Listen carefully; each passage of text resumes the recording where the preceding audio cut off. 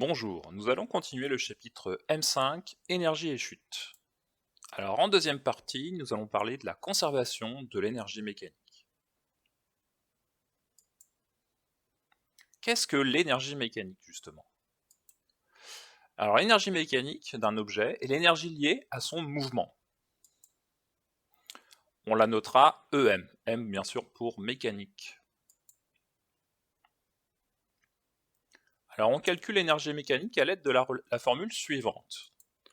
L'énergie mécanique, c'est la somme de l'énergie potentielle EP plus l'énergie cinétique EC. Donc essaye de mémoriser cette formule.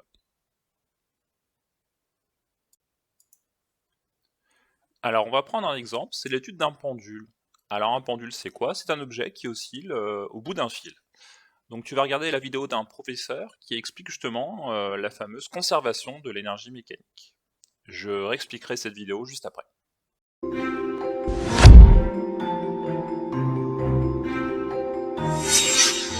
I have here a pendulum.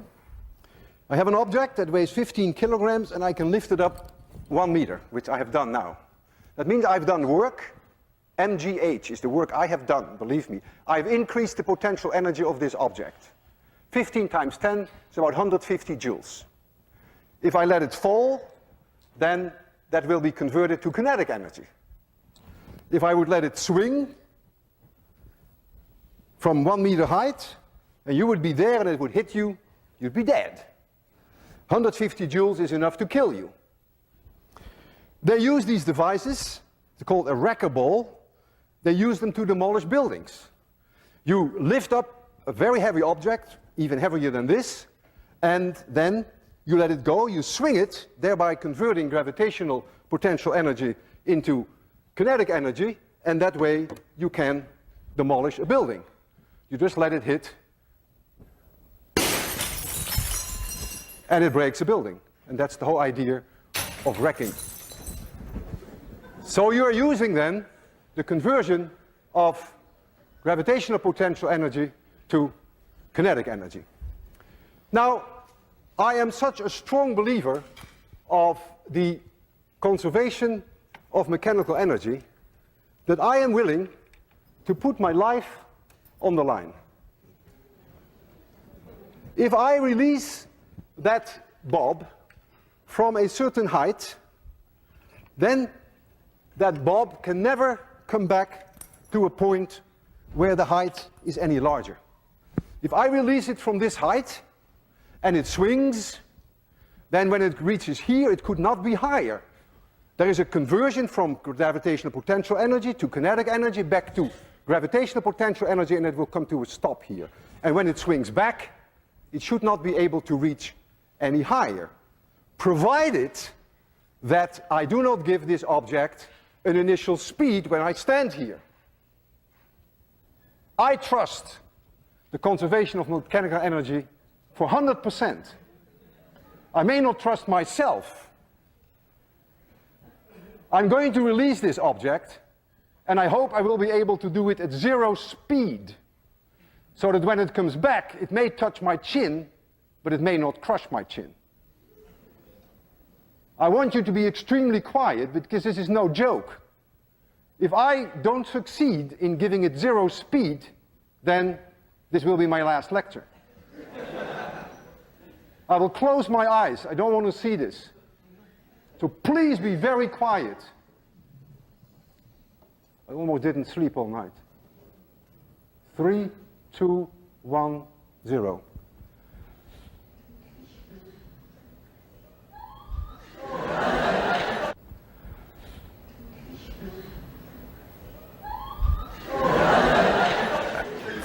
Physics works and I'm still alive. Alors reprenons cette vidéo. Donc j'ai choisi une énergie potentielle de 175 joules. Alors au début, la hauteur est maximale, donc l'énergie potentielle est maximale. Ensuite, d'après le diagramme, on voit qu'il n'y a pas d'énergie cinétique, car il n'y a pas de vitesse. Par contre, l'énergie mécanique est égale également à 175 joules. En fait, l'énergie mécanique est égale à l'énergie potentielle. On lâche le pendule. Donc lorsque le pendule tombe, l'énergie potentielle se convertit en énergie cinétique, comme on a vu en première partie. Et regarde bien le diagramme, on voit que l'énergie cinétique augmente et que l'énergie potentielle diminue. Lorsque le pendule arrive à son point le plus bas, que se passe-t-il? On voit qu'il n'y a plus d'énergie potentielle, car on peut considérer que sa hauteur est nulle, est égale à 0 mètre. Par contre, sa vitesse devient maximale, donc l'énergie cinétique devient maximale et prend la valeur de 175 joules. Et on voit à nouveau que l'énergie mécanique vaut toujours 175 joules. Donc ça n'a pas varié pour l'énergie mécanique. Le pendule continue son oscillation, et cette fois-ci c'est l'énergie cinétique qui va se convertir en énergie potentielle. Donc la hauteur augmente, la vitesse diminue. Donc si la hauteur augmente, l'énergie potentielle augmente, l'énergie cinétique diminue.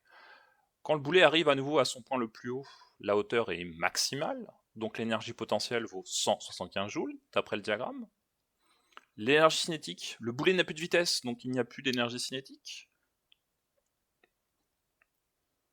Et on voit à nouveau que l'énergie mécanique vaut, encore une fois, toujours 175 joules. Donc l'énergie mécanique n'a pas évolué au cours de l'oscillation.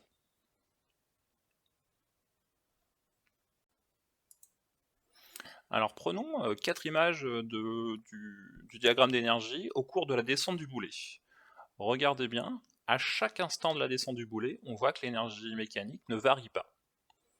Par contre, si je prends l'image 2 et 3, regarde bien, si je fais la somme de la barre bleue de l'énergie potentielle plus de la barre jaune de l'énergie cinétique, je retombe sur la barre rouge. Idem pour l'image numéro 3. Le bleu plus le jaune donne bien la barre rouge. Donc c'est pour ça que l'on peut écrire que au cours d'une chute, d'un mouvement, l'énergie mécanique est égale à la somme de l'énergie potentielle plus l'énergie cinétique. D'après mon diagramme, on voit que l'énergie mécanique ne peut pas dépasser 175 joules.